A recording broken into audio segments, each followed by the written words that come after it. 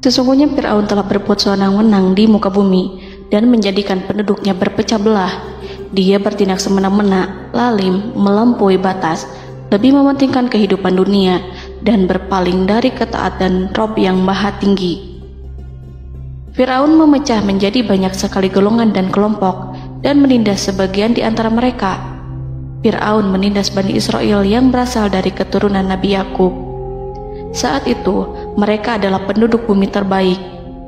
Mereka berada di bawah kuasa Raja Tiran yang zalim, yang memperbudak dan mempekerjakan mereka untuk pekerjaan-pekerjaan hina.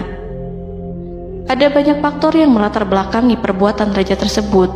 Selain karena kebencian, ada juga faktor ramalan yang beredar pada saat itu. Bani Israel mengalami siksaan dan penyiksaan yang tak terkira. Nabi Musa diutus oleh Allah Subhanahu wa Ta'ala untuk membebaskan Bani Israel dan telah berulang kali memperingatkan Fir'aun agar membebaskan kaumnya. Namun Fir'aun tetap bersikeras dan menolak. Suatu hari Allah Subhanahu wa Ta'ala memerintahkan Nabi Musa untuk kembali kepada Fir'aun dan menunjukkan mukjizat. Di sana Nabi Musa menunjukkan beberapa mukjizat, termasuk mengubah tongkatnya menjadi ular raksasa dan di tangannya mengeluarkan cahaya. Namun Fir'aun tetap ingkar, dan dari situlah awal mula kehancuran Fir'aun dan pengikutnya. Tentang bagaimana detail kisah lengkapnya serta kelanjutan nasib Fir'aun, dari mana awal mula keangkuhan Fir'aun sampai mengakui dirinya sebagai Tuhan, serta dari mana sumber kekayaan Fir'aun yang sampai penasihatnya saja Qorun bisa membangun istana megah, akan dibahas lengkap di sini. Namun sebelum saya melanjutkan kisahnya, dimohon kepada pemirsa untuk menonton video ini sampai selesai, supaya tidak ada kesalahpahaman dalam memahami isi cerita, serta mohon bantu channel ini semakin berkembang dengan cara subscribe dan berikan like serta komen positifnya. Semoga bantuan pemirsa sekalian menjadi amal jariah dan bernilai pahala di sisinya. Bismillahirrahmanirrahim. Fir'aun menguasai seluruh negeri. Seiring dengan makmurnya negeri Mesir, kekuasaan Fir'aun semakin hari semakin bertambah. Fir'aun berkuasa tanpa ada yang berani menentang, dan dia membuat keputusan sesuka hatinya. Bahkan dengan kesombongannya, dia sampai berani mengaku sebagai Tuhan. Gelar Fir'aun Raja Mesir kuno punya pengaruh besar yang diyakini sebagai seorang yang bertanggung jawab untuk melindungi dunia pada saat itu. Fir'aun bukanlah nama seseorang, melainkan sebutan dalam Al-Quran yang merujuk pada seorang Raja Mesir yang sombong, suka menindas, dan sering melampaui batas, yang hidup ketika Nabi Musa alaihi salam bayi sampai dirinya dibinasakan oleh Allah di Laut Merah. Fir'aun merupakan sebuah gelar bagi raja-raja Mesir yang muncul di era New Kingdom. Pendapat Syekh Abdurrahman As-Sadi mengatakan bahwa Fir'aun merupakan gelar yang diberikan kepada raja-raja Mesir, sebagaimana Raja Babel disebut Namrud, Raja Habasyah disebut An-Najasyi, Raja Yaman disebut Al-Qil, atau Raja Persia yang disebut Kisra, penguasa Roma yang dijuluki Kaisar. Sebutan Fir'aun dalam Al-Quran ini menjurus pada Raja Mesir yang hidup pada tahun 1527 sampai 1407 sebelum Masehi. Fir'aun dikhususkan untuk menyebut penguasa Mesir yang membangkang dan tidak beriman kepada Allah Subhanahu wa Ta'ala, sedangkan yang beriman kepadanya dikenal dengan nama Malik, yang saat itu hidup di zaman Nabi Yusuf alaihi salam. Sebagian ahli sejarah mengatakan bahwa penguasa Mesir pada masa Nabi Yusuf disebut Al-Malik atau Raja, tidak disebut Fir'aun, karena kedua penguasa ini berbeda asal daerahnya. Penguasa Mesir pada masa Nabi Yusuf berasal dari Mesir pesisir, sehingga mudah untuk menerima perubahan. Sedangkan Fir'aun pada masa Nabi Musa berasal dari pedalaman Mesir yang mempunyai watak dan karakter keras serta kolot, dan tidak mudah menerima orang-orang di luar kalangan mereka. Dari keterangan di atas dipahami kenapa penguasa Raja Mesir pada masa Nabi Yusuf percaya kepada Nabi Yusuf dan mengikuti agama Nabi Yusuf, yaitu Islam. kemudian diikuti oleh rakyatnya. Sebagian ahli sejarah menyamakan Fir'aun dengan Mas'ab ibnu Royan. Ada pula yang menyatakan bahwa Fir'aun anaknya Walid ibnu Mas'ab ibnu Royan dari salah satu kaum Ad. Para Fir'aun Mesir kuno memperoleh kekayaan dan membangun kerajaan mereka yang megah melalui berbagai sumber. Beberapa sumber utama kekayaan dan pembangunan kerajaan Fir'aun adalah sumber daya alam.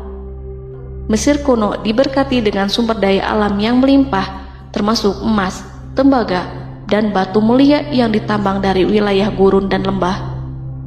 Sungai Nil juga menyediakan tanah yang subur untuk pertanian yang menjadi dasar ekonomi Mesir kuno. Air yang sangat penting ini memungkinkan kota-kota tumbuh di tengah gurun. Lonjakan air dan nutrisi itu mengubah lembah Nil menjadi tanah pertanian yang produktif. Menurut Organisasi Pangan dan Pertanian PBB, petani Mesir kuno adalah salah satu kelompok pertama yang melakukan pertanian dalam skala besar, menanam tanaman makanan seperti gandum, serta tanaman industri seperti rami untuk membuat pakaian. Sungai Nil mengalir ke utara sejauh 4.160 mil dari timur tengah Afrika ke Laut Tengah, yang memberikan Mesir kuno tanah subur dan air untuk irigasi. Untuk memaksimalkan pemanfaatan air Sungai Nil, petani Mesir kuno mengembangkan sistem irigasi cekungan. Mereka membangun jaringan tanggul berbahan tanah untuk membentuk cekungan. Kemudian mereka menggali saluran untuk mengarahkan air banjir ke dalam cekungan, di mana air akan menggenang selama sebulan hingga tanah jenuh dan siap untuk ditanami. Selain itu, Sungai Nil dapat dimanfaatkan untuk mengangkut material proyek-proyek konstruksi. Untuk mendapatkan manfaat dari Sungai Nil, orang yang tinggal di tepi sungainya harus mencari cara mengatasi banjir tahunan sungai ini. Untuk memprediksi apakah mereka akan menghadapi banjir yang bisa mengakibatkan panen buruk, orang Mesir kuno membangun nilometer atau pilar batu dengan tanda menunjukkan tingkat air. Mereka mengembangkan keterampilan dan teknologi baru dari pertanian hingga pembuatan perahu dan kapal. Sungai Nil juga merupakan rute transportasi penting karena memainkan peran sentral dalam peradaban Mesir kuno. Orang Mesir menjadi ahli dalam membangun perahu dan kapal untuk mengangkut berbagai barang, termasuk ternak, sayuran, ikan, roti, dan kayu. Mesir kuno memiliki perdagangan yang berkembang dengan wilayah Afrika Timur dan Tengah serta Mediterania Timur. Perdagangan ini tidak hanya mencakup barang-barang mewah, tetapi juga bahan pangan dan bahan baku. Fir'aun juga memiliki semua tanah di Mesir dan mengumpulkan pajak dari rakyatnya. Raja Fir'aun juga memperlakukan rakyat dengan kejam tanpa belas kasihan. Ia memeras pajak yang tinggi dan menjadikan kaum Bani Israel sebagai budak kerajaan. Mereka juga menerima upeti dari negara-negara yang dikalahkan atau ingin menjaga hubungan baik dengan Mesir. Bahkan Fir'aun juga memiliki proyek konstruksi untuk membangun struktur megah seperti piramida, kuil, dan monumen yang tidak hanya menunjukkan kekuasaan dan kekayaan mereka, tetapi juga berfungsi sebagai pusat administrasi dan agama. Proyek-proyek ini seringkali menggunakan tenaga kerja dari rakyat yang bekerja selama musim banjir. Kekayaan dan kerajaan megah Fir'aun merupakan hasil dari pengelolaan sumber daya yang efisien, eksploitasi sumber daya alam, dan kebijakan ekonomi yang cerdas. Ini semua mencerminkan kemajuan teknologi, organisasi sosial, dan kekuatan politik Mesir kuno. Kekayaan para Fir'aun Mesir kuno memang sangat luar biasa dan telah menjadi topik penelitian dan kekaguman selama berabad-abad. Fir'aun juga dikenal karena kehidupan mewah mereka. Sebagai penguasa Mesir kuno, Fir'aun hidup dengan kekayaan dan kemewahan yang hampir tak terbayangkan, yang mencerminkan kekuasaan dan status mereka. Mereka menghiasi diri mereka dengan aksesoris yang rumit dan gemerlap, serta mengenakan simbol otoritas dan kekuasaan tradisional. Dan Allah memberikan kepada Fir'aun berupa istizatuhul afiyah, yakni hidup sekian lama tanpa pernah merasakan sakit. Allah Subhanahu wa Ta'ala mengaruniai Fir'aun untuk bisa hidup selama 400 tahun tanpa sakit. Tentu, hal tersebut sudah menjadi kehendak Allah Subhanahu wa Ta'ala, maka tidak ada satupun manusia yang bisa menghalangi, bahkan bagi seorang Fir'aun sekalipun yang terkenal dengan kezalimannya. Namun dengan karunia-Nya yang diberikan Allah tersebut bukannya menjadikan Fir'aun sebagai manusia yang bersyukur, tetapi malah membangkitkan kesombongan dan kesesataannya. Dan puncak kesombongan Fir'aun juga dicatat Al-Quran sebagai penguasa tangan besi dan manusia yang pernah mengaku Tuhan. Aku adalah Tuhan kalian yang maha tinggi. Quran Surat An-Najiat ayat 24. Fir'aun hidup selama 446 tahun. Selama hidupnya, Fir'aun memiliki tubuh yang sehat dan bugar tanpa pernah mengalami sakit, meski hanya berupa pusing atau flu sekalipun. Fir'aun bahkan tidak pernah merasakan kelelahan. Fir'aun tidak pernah merasakan perihnya lapar, kerongkongannya tidak pernah tersentuh panasnya dahaga. Seandainya dalam semalam saja Fir'aun dilanda sakit berupa pusing atau demam, maka ia akan sibuk untuk mengurus dirinya sendiri dan tidak berpikiran untuk mengaku bahwa ia adalah Tuhan. Hal ini pun dijelaskan dalam kitab Ihya Ulumuddin Al-Qulub oleh Imam Al-Ghazali. Sesungguhnya yang menyebabkan Fir'aun sampai berani mengatakan, "Aku adalah Tuhan kalian yang maha tinggi," hal ini disebabkan karena ia mengalami masa sehat dalam hidupnya yang begitu lama. Kekejaman Raja Fir'aun diikuti dengan kesombongannya. Ia enggan bersyukur atas kemakmuran yang dianugerahkan Allah Subhanahu wa Ta'ala. Ia justru menjadikan negeri Mesir penuh dengan kemusyrikan. Sungguh, dia Fir'aun termasuk orang-orang yang berbuat kerusakan, dan kami hendak memberi karunia kepada orang-orang tertindas di bumi, dan hendak menjadikan mereka pemimpin dan menjadikan mereka orang-orang yang mewarisi bumi. Dan kami teguhkan kedudukan mereka di bumi, dan kami perlihatkan kepada Fir'aun dan Haman bersama bala tentaranya apa yang selalu mereka takutkan dari mereka. Surat Al-Qasas ayat 1-6. Haman yang merupakan penasihat dan sekaligus pelaksana proyek pembangunan menara untuk Fir'aun yang ikut berkontribusi dalam kesesatan Fir'aun, dan dia juga yang menjadi aktor utama atas kezaliman Fir'aun yang nantinya memberikan nasihat kepada Fir'aun dan mendorongnya untuk menolak ajaran Nabi Musa alaihi salam. Faktor yang mendorong Fir'aun melakukan tindakan keji ini adalah Bani Israel yang mempelajari suatu hal yang mereka riwayatkan dari Ibrahim, bahwa suatu saat nanti akan lahir seorang anak Bani Israel yang akan menghancurkan kekuasaan Raja Mesir. Berita gembira ini terjadi saat insiden antara Sarah, istri Nabi Ibrahim alaihissalam, dengan Raja Mesir yang saat itu berniat jahat terhadap Sarah. Namun Allah menjaganya. Berita gembira ini santer terdengar di antara Bani Israel. Kaum Kipti juga membicarakan berita ini, hingga sampailah juga ke telinga Fir'aun. Sebagian amir dan orang-orang dekat Fir'aun menyampaikan hal itu kepadanya saat tengah berbincang pada malam hari. Waktu itu Fir'aun langsung menginstruksikan untuk membunuh seluruh anak laki-laki Bani Israel untuk mengantisipasi kelahiran anak yang dimaksud. Tapi apa boleh buat, kewaspadaan sama sekali tidak bisa menghindari takdir. Suatu ketika Fir'aun bermimpi seakan-akan api datang dari arah Baitul Maqdis lalu membakar semua rumah Mesir dan seluruh kaum Kipti. Namun api tersebut tidak membahayakan Bani Israel. Saat bangun, Fir'aun merasa takut oleh mimpi itu. Ia kemudian mengumpulkan seluruh paranormal dan tukang sihir. Fir'aun bertanya kepada mereka terkait mimpi itu. Mereka berkata, akan lahir seorang bayi laki-laki dari kalangan Bani Israel yang akan menghancurkan penduduk Mesir. Sebab itulah Fir'aun memerintahkan untuk membunuh anak laki-laki dan membiarkan hidup anak perempuan.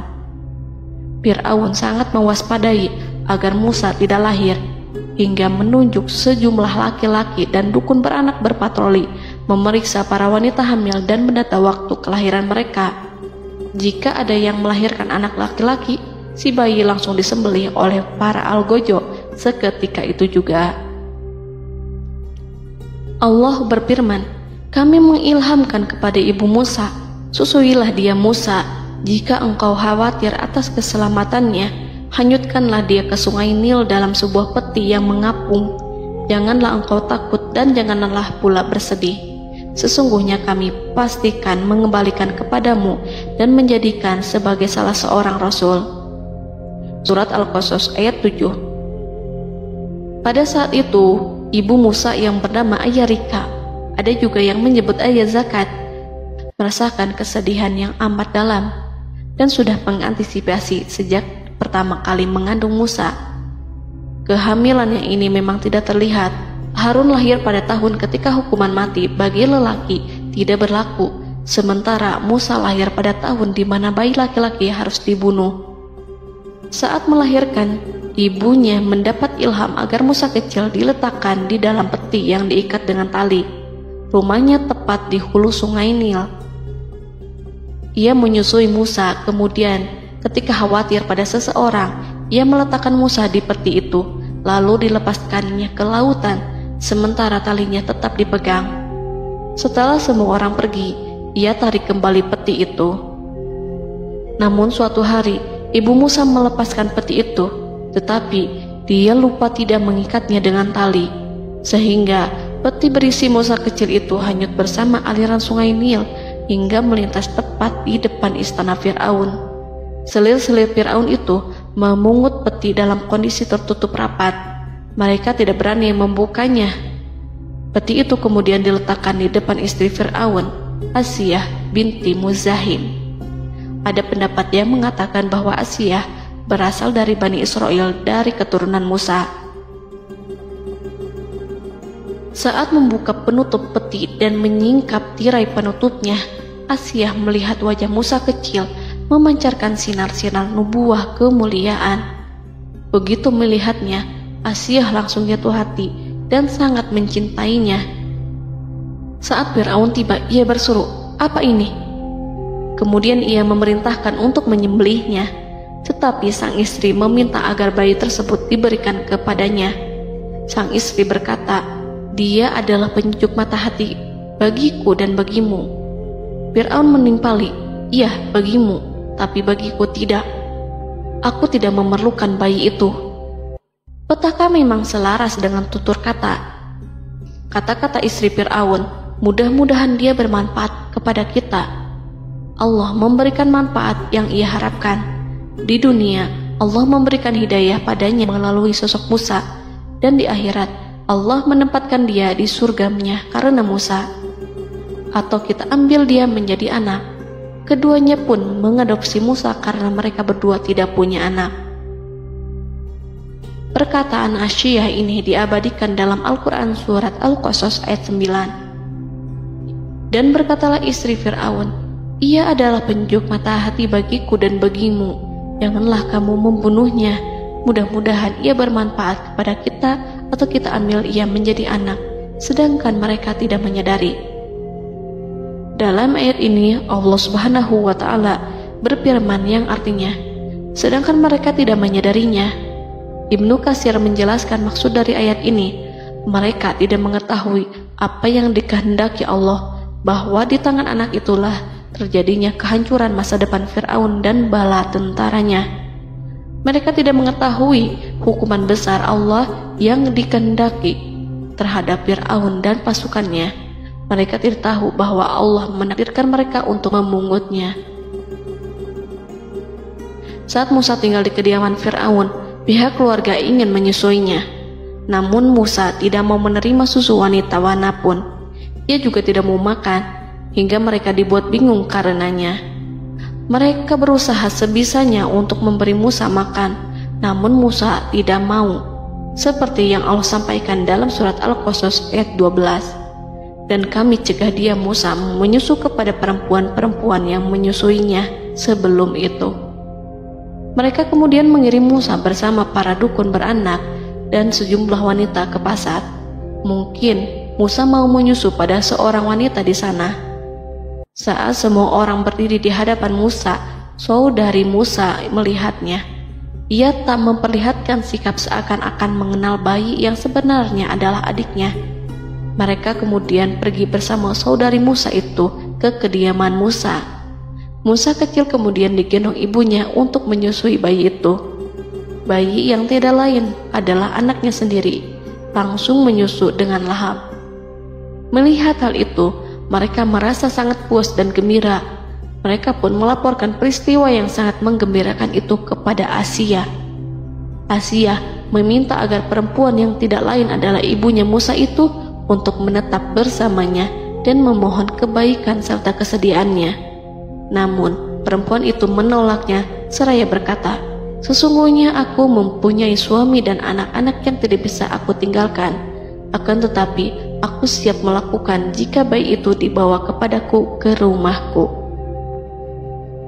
Akhirnya Asia mengutus ajudan kerajaan untuk menyerahkan bayi itu kepada ibunya Musa untuk disusui secara rutin. Asia kemudian memberikan berbagai macam fasilitas kepada ibu Musa berupa biaya nafkah sehari-hari, pakaian-pakaian bagus, dan beberapa hadiah istimewa yang lainnya sebagai kompensasi upah menyusui bayi itu. Akhirnya Musa kecil kembali ke pangkuan ibunya dan berada di bawah asuhannya. Allah telah menyatukan kembali bayi yang bernama Musa itu dengan ibunya sendiri. Fir'aun tidak akan menyangka jika Allah telah mempersiapkan sesuatu yang besar lewat kehadiran Musa kecil di kerajaannya. Sang Raja bengis lagi terpedaya oleh banyaknya pasukan yang dimiliki, kekuasaan, dan luasnya kerajaan yang maha agung yang tak terkalahkan, dan takdirnya tak bisa ditentang. Allah telah memutuskan bahwa bayi itu yang dia dan pengikutnya waspadai keberadaannya itu hingga dengan bengis membunuh banyak sekali nyawa yang tak terhitung jumlahnya. Padahal anak tersebut justru tumbuh dewasa di kediamannya, di atas kasurnya, memakan makanannya, dan meminum yang ada di rumahnya. Fir'aun sendiri justru mengadopsi dan merawat serta mengasuhnya tanpa menyadari rahasia besar di balik itu. Anak itu yang membuatnya binasa di dunia dan akhirat karena menentang kebenaran yang nyata yang ia sampaikan kepadanya. Nabi Musa tumbuh dan hidup sebagai salah seorang dari keluarga kerajaan hingga mencapai usia dewasanya, di mana ia memperoleh asuhan dan pendidikan sesuai dengan tradisi istana.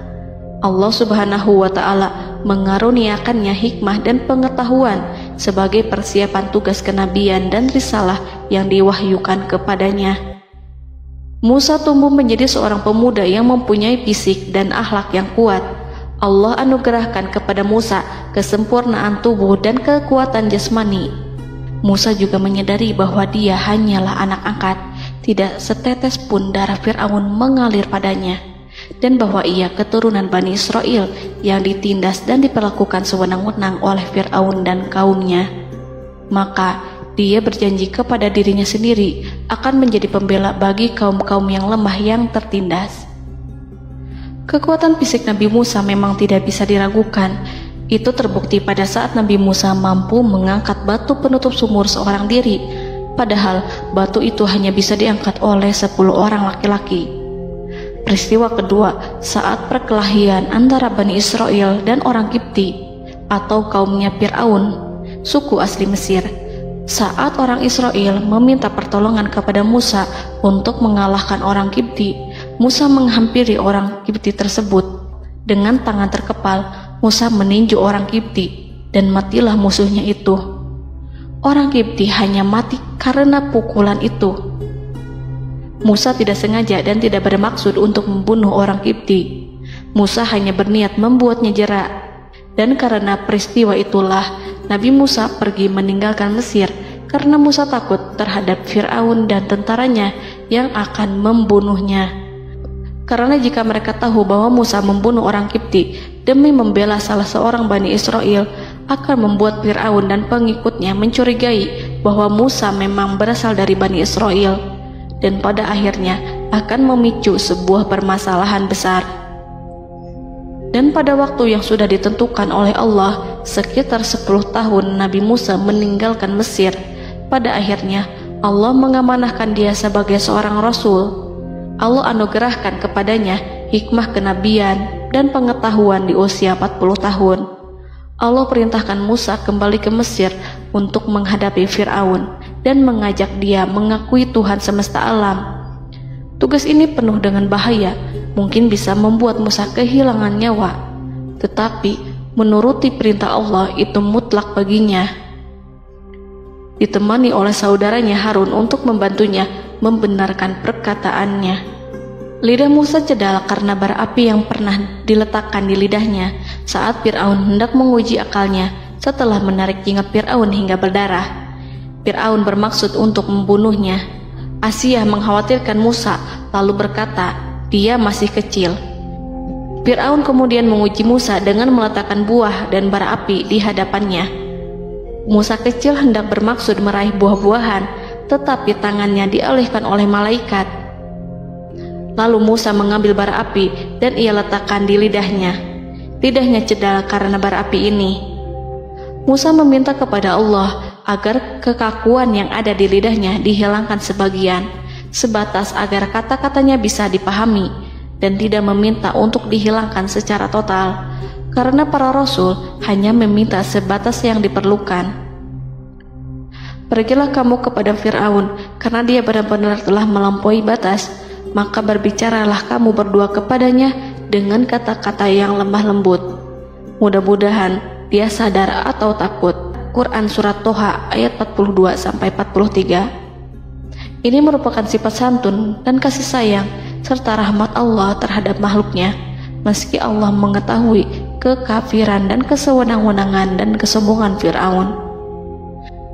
Bersama Harun, Musa mendatangi Fir'aun setelah menemui beberapa rintangan yang lazim ketika akan menemui raja pada waktu itu. Pertemuan Musa dan Harun juga dihadiri oleh beberapa anggota pemerintahan dan penasihat. Bertanyalah Fir'aun kepada mereka berdua, siapakah kalian berdua ini? Musa menjawab, kami Musa dan Harun adalah pesuruh Allah agar kamu membebaskan Bani Israel dari perbudakan dan penindasanmu dan menyerahkan mereka kepada kami agar mereka menyembah kepada Allah dengan leluasa dan menghindari siksaanmu. Fir'aun segera mengenal Musa dan berkata kepadanya, bukankah engkau Musa yang sudah kami asuh sejak bayimu dan kami asuh dalam istana sampai usia remajamu dan mendapat pendidikan serta pengajaran yang menjadikan engkau pandai? Dan bukankah engkau yang melakukan pembunuhan terhadap diri daripada seorang dari golongan kami? Sudahkah engkau lupa terhadap itu semua dan tak ingat akan jasa kami kepadamu? Musa menjawab, bahwasannya engkau telah mengurus aku sejak kecil. Itu bukanlah jasa yang dapat kamu banggakan, karena jatuhnya aku pada tanganmu akibat dari kekejaman dan kezalimanmu tatkala engkau memerintah agar orang-orangmu menyembelih setiap bayi laki-laki yang lahir, sehingga ibuku membiarkanku mengapung di sungai Nil dan aku dipungut oleh istrimu, sehingga selamatlah aku dari pengejaranmu dan penyembelihanmu. Dan kebaikan yang engkau sebutkan itu sebanding dengan perlakuanmu terhadap sebuah suku bangsa besar, yaitu Bani Israel secara keseluruhan, karena engkau telah menindas dan menjadikan mereka budak-budak untuk melayanimu. Dan mengenai pembunuhan itu merupakan kehilafanku, lalu aku lari darimu karena aku takut kepadamu. Namun peristiwa itu merupakan rahmat dan hikmah yang terselubung bagiku, sebab dalam perantauanku setelah aku melarikan diri dari negerimu ini, Allah Subhanahu wa Ta'ala mengaruniakanku dengan hikmah ilmu dan mengutus aku sebagai Rasul. Maka dalam rangka tugasku sebagai Rasul, datanglah aku kepadamu atas perintah Allah untuk mengajak engkau dan kaummu untuk menyembah Allah dan meninggalkan kezaliman serta penindasanmu terhadap Bani Israel yang kau pekerjakan dan perbudak mereka untuk melakukan pekerjaan dan melayanimu. Fir'aun bertanya, siapakah Tuhan yang engkau sebut-sebut itu, hai Musa? Adakah Tuhan di atas bumi ini selain aku yang patut disembah dan dipuja?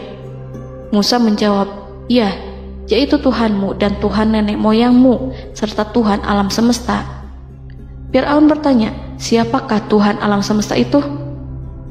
Musa menjawab, ialah Tuhan langit dan bumi, dan segala yang ada di langit dan di bumi. Berkatalah Fir'aun kepada para penasehatnya dan para pembesarnya, sesungguhnya Rasul yang diutus kepada kamu ini adalah seorang yang gila. Kemudian ia balik bertanya kepada Harun dan Musa, siapakah Tuhan kamu berdua? Akulah Tuhanmu yang paling tinggi. Surat An-Najiat ayat 23-24. Dan Fir'aun berkata, wahai para pembesar kaumku, aku tidak mengetahui ada Tuhan bagimu selain aku. Quran Surat Al-Qasas ayat 38. Fir'aun menentang, padahal ia tahu bahwa ia adalah hamba yang diatur, dan Allah lah yang menciptakan dan memberi bentuk rupa. Dan mereka mengingkarinya karena kezaliman dan kesombongannya, padahal hati mereka meyakini kebenarannya. Maka perhatikanlah bagaimana kesudahan orang-orang yang berbuat kerusakan. Quran Surat An-Naml ayat 14. Fir'aun beralih memakai kekuasaan dan wibawa yang ia miliki. Fir'aun berkata, jika engkau menyembah Tuhan selain aku akan memasukkanmu ke dalam penjara. Musa berkata, apakah engkau akan melakukan itu sekalipun aku tunjukkan kepadamu suatu bukti yang nyata? Fir'aun menjawab, tunjukkanlah sesuatu yang nyata itu. Maka Musa melemparkan tongkatnya. Tiba-tiba tongkat itu menjadi ular besar, dan Musa mengeluarkan tangan dari dalam bajunya. Tiba-tiba tangan itu menjadi putih bercahaya. Saking ketakutannya hingga membuat Fir'aun terkena diare.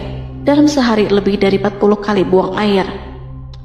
Namun Fir'aun sebagai raja yang mengaku Tuhan tentu tidak akan begitu saja menyerah kepada Musa, walaupun telah diperlihatkan 2 mukjizat.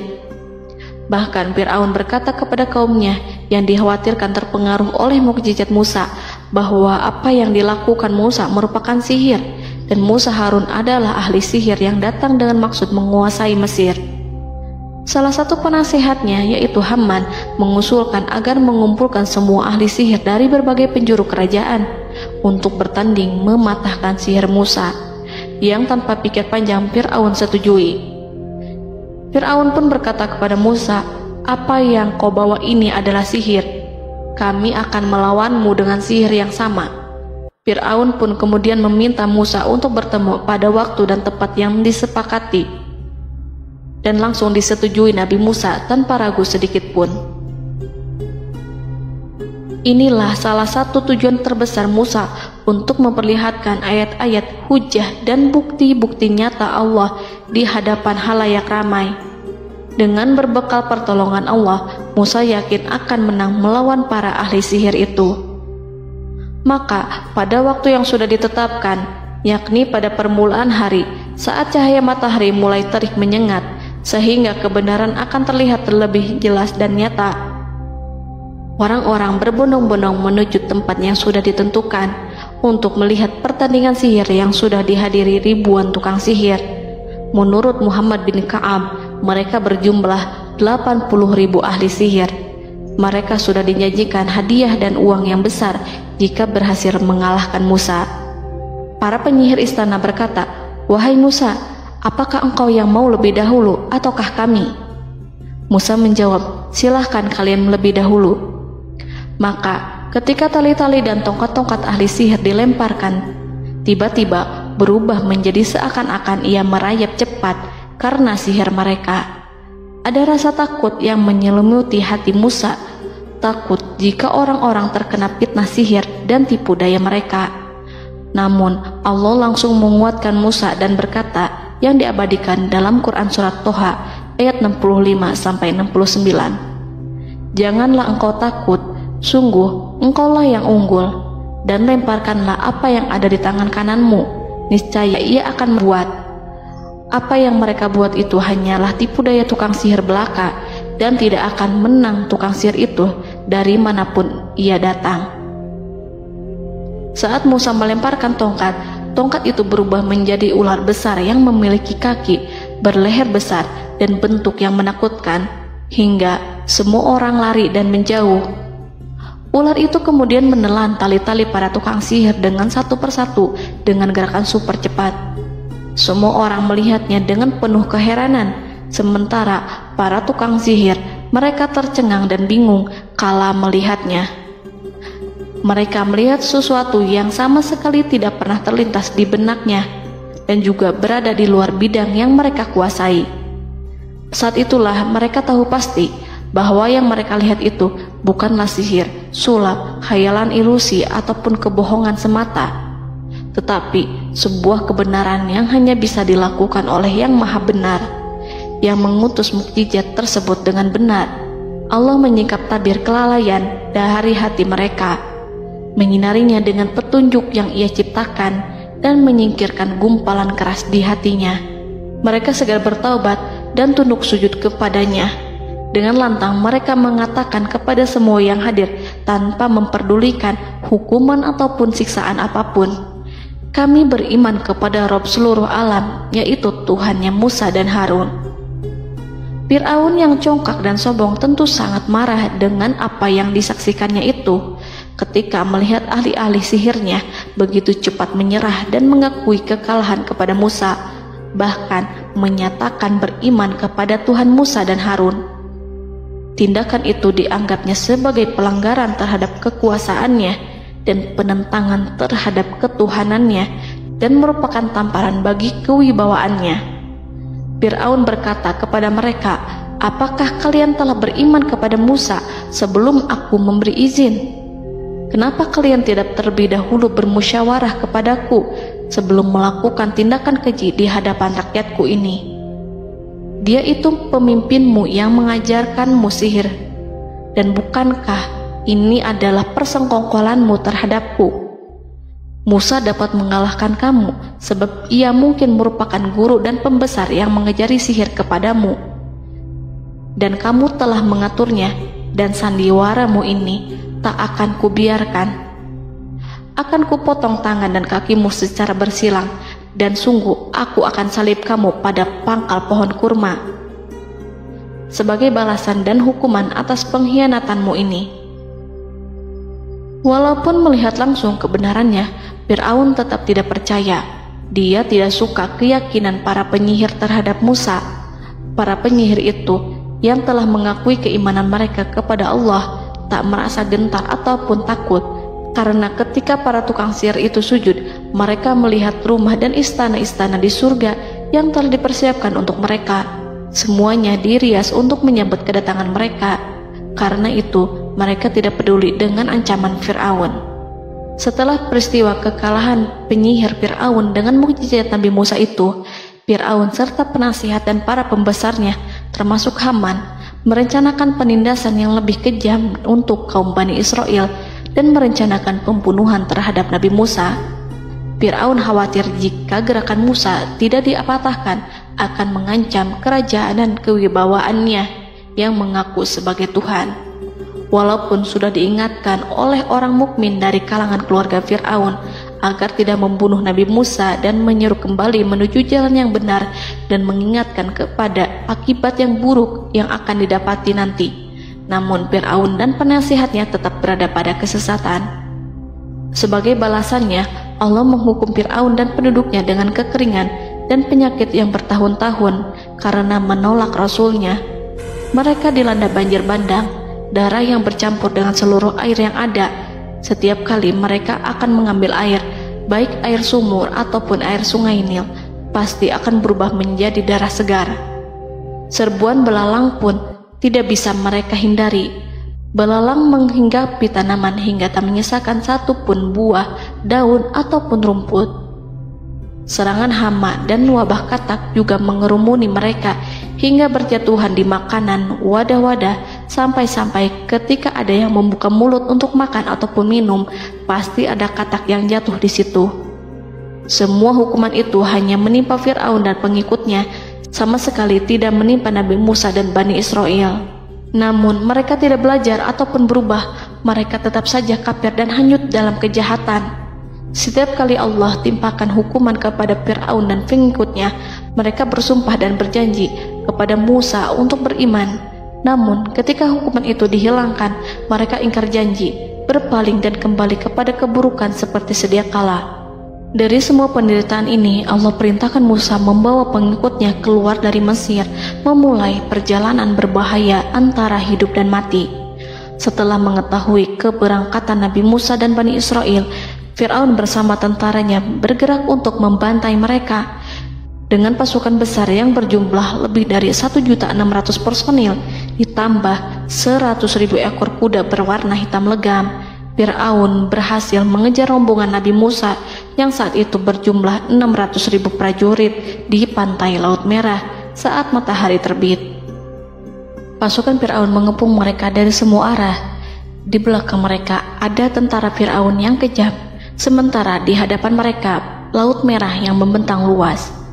Kala situasi kian genting dan Fir'aun beserta seluruh pasukannya mendekat dengan kesungguhan hati, diperkuat dan persenjataan, juga dengan amarah dan kedengkian, penglihatan tidak menetap mengarah ke suatu tujuan, dan hati naik menyesak sampai ke tenggorokan.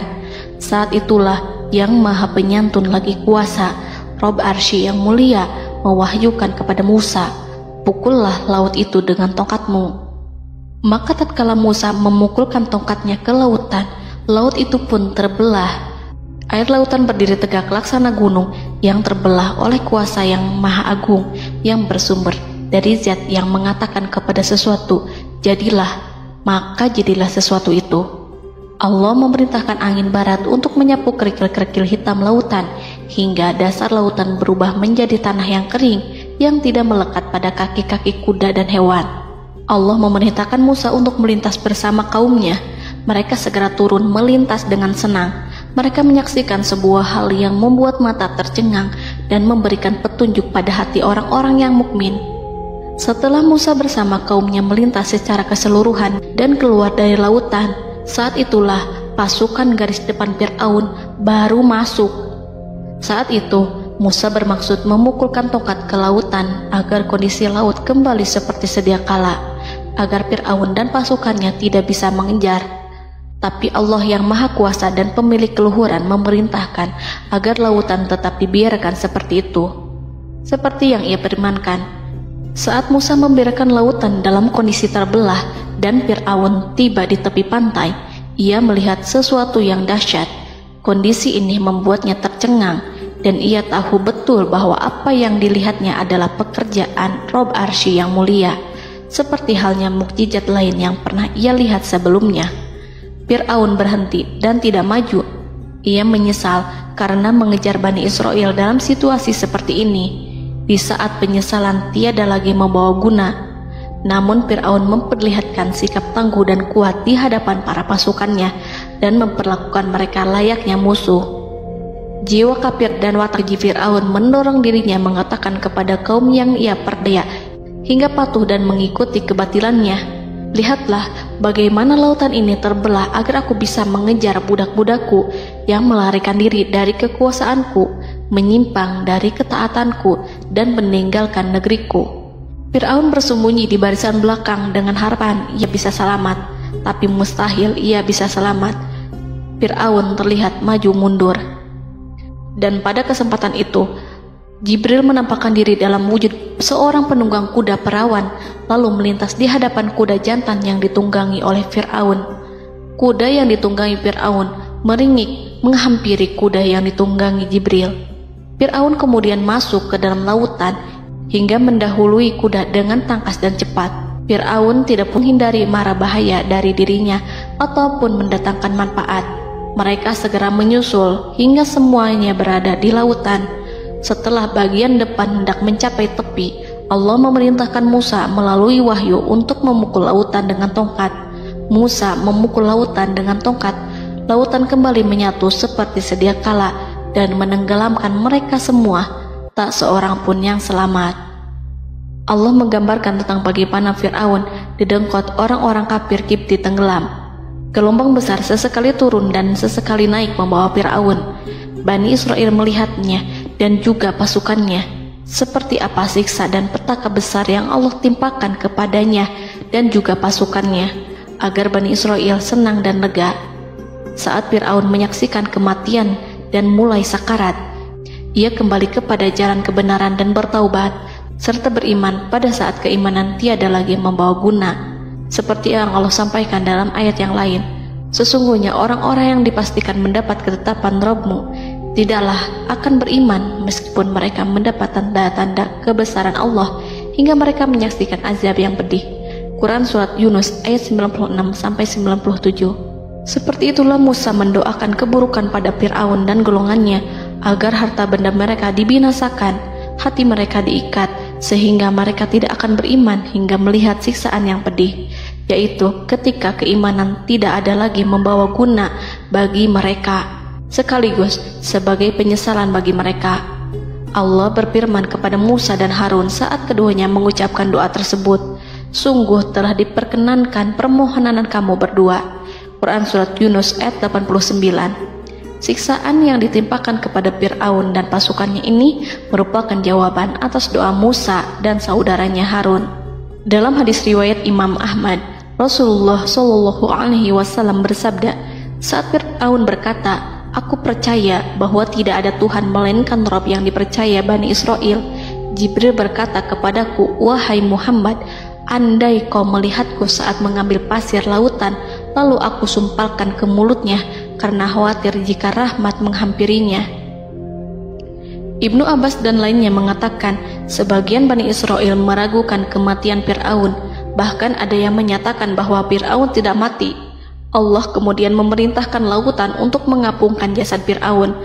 Maka pada hari ini kami selamatkan jasadmu, yaitu dengan mengenakan baju perang yang dengannya kau dikenali, agar engkau dapat menjadi pelajaran bagi orang-orang yang datang setelahmu, yaitu agar kau menjadi bukti bagi Bani Israel atas kekuasaan Allah yang membinasakan Fir'aun. Karena itu, sebagian salaf membaca, kemungkinan yang dimaksud adalah kami menyelamatkan jasadmu beserta baju perangmu agar kau menjadi pelajaran bagi orang-orang setelahmu dari kalangan Bani Israel, dan mereka tahu bahwa kau telah binasa. Wallahu a'lam.